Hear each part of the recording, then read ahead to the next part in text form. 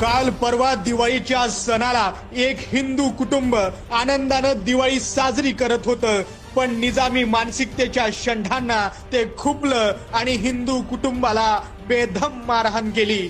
त्या मारहाणीचा हृदय पिळवून टाकणारा व्हिडिओ आता समोर आलाय।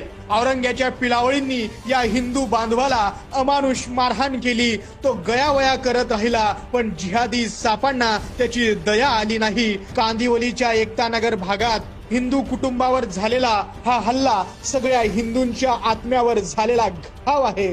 कांदिवली पोलिसांनी तत्काळ दखल घेऊन या प्रकरणात 3 आरोपींना अटक केली आहे। पण हिंदूंनो, तुम्ही असेच विखुरलेले राहिलात तर हे नाग असा जमाव करून छळ करतील, म्हणून एकत्र या, एकत्र येण्याची गरज आहे।